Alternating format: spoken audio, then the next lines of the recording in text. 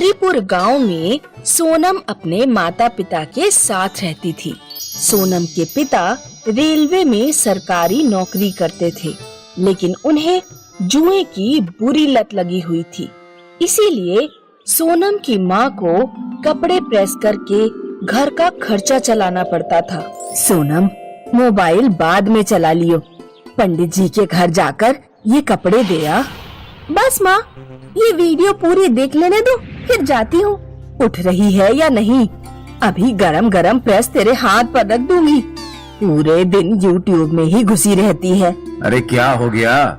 उसे क्यों डांट रही हो? तुम तो कुछ ना बोलो तो ही सही। अगर तुम बेशरम की तरह जुए में पैसा ना उड़ाओ तो मुझे ये प्रेस का धंधा करना ही क्यों पड़े।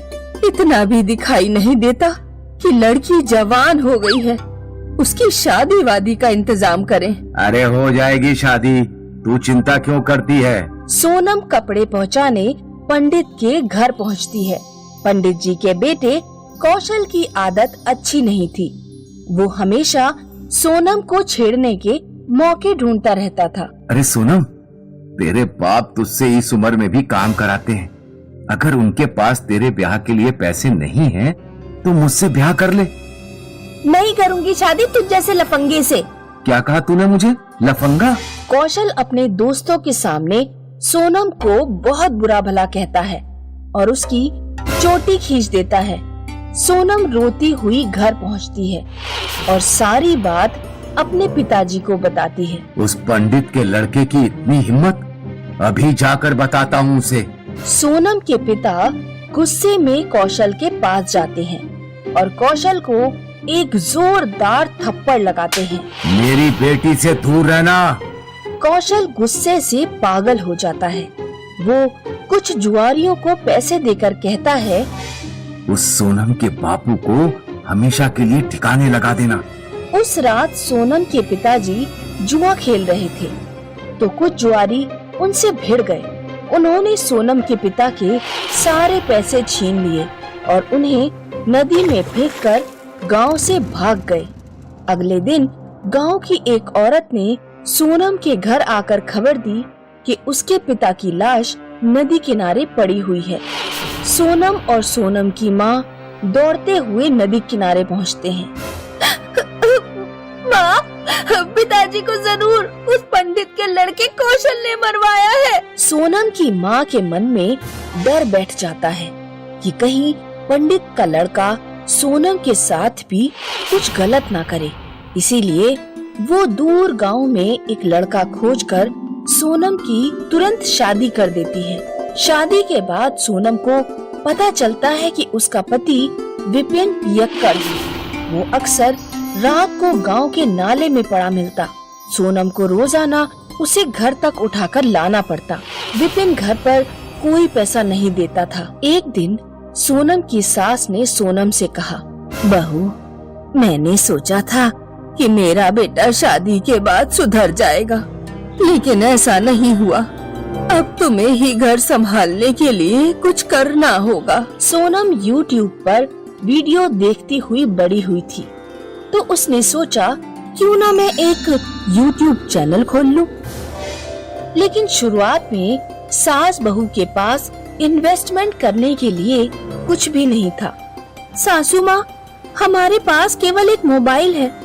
मुझे समझ नहीं आ रहा कि हम किस चीज का चैनल खोलें। हम लोगों को खाना बनाना और अचार डालना सिखा सकते हैं, लेकिन YouTube पर पहले से ही खाना बनाने वाले बहुत सारे चैनल हैं।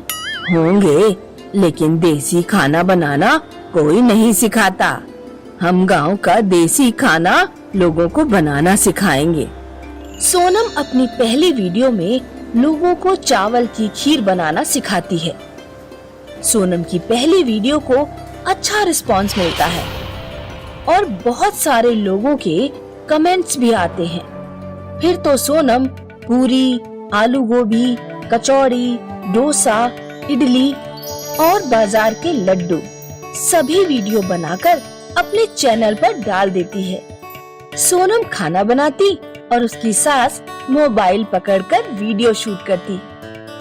लगभग 3-4 महीने लगातार मेहनत करने के बाद YouTube से पैसे आने शुरू हो जाते हैं।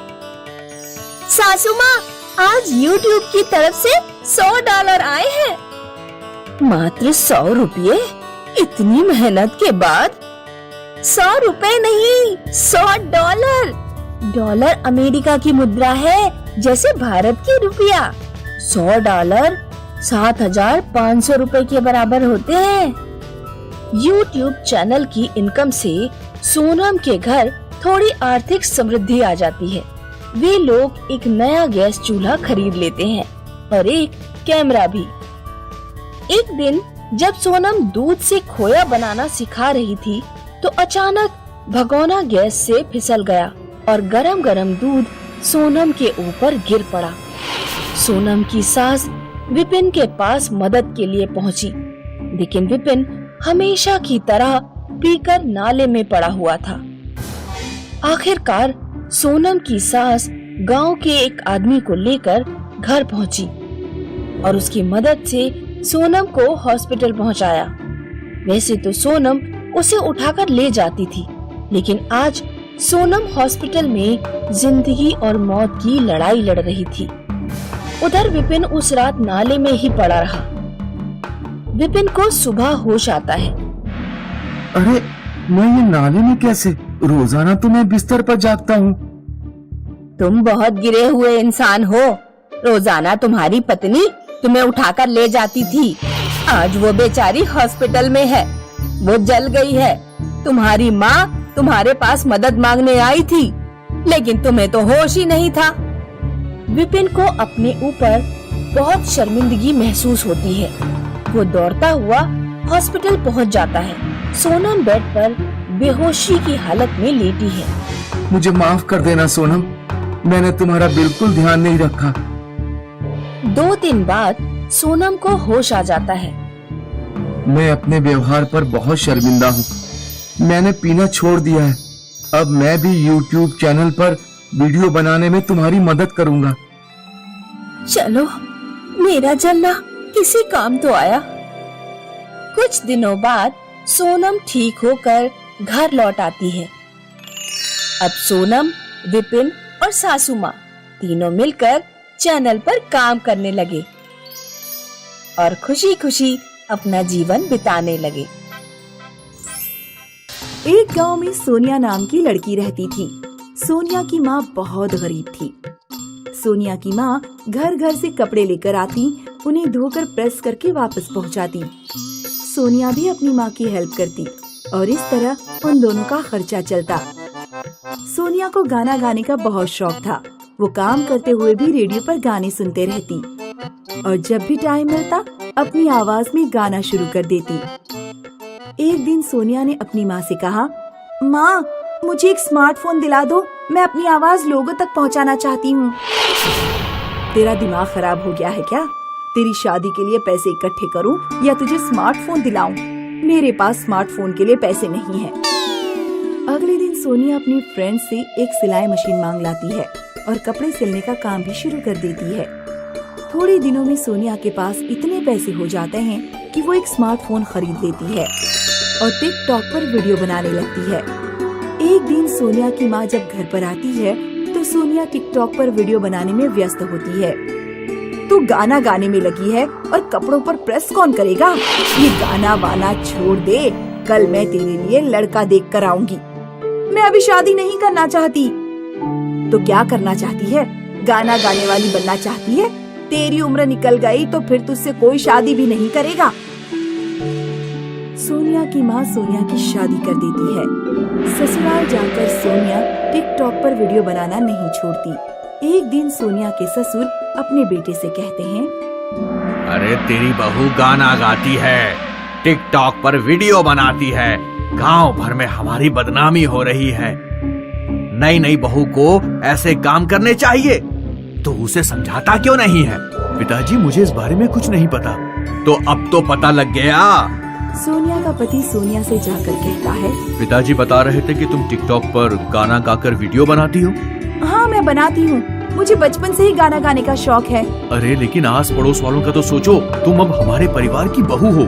देखो, जिस तरह तुम्हें खाना खाने, पानी पीने की जरूरत होती है, उसी तरह मुझे गाना गाने की जरूरत है।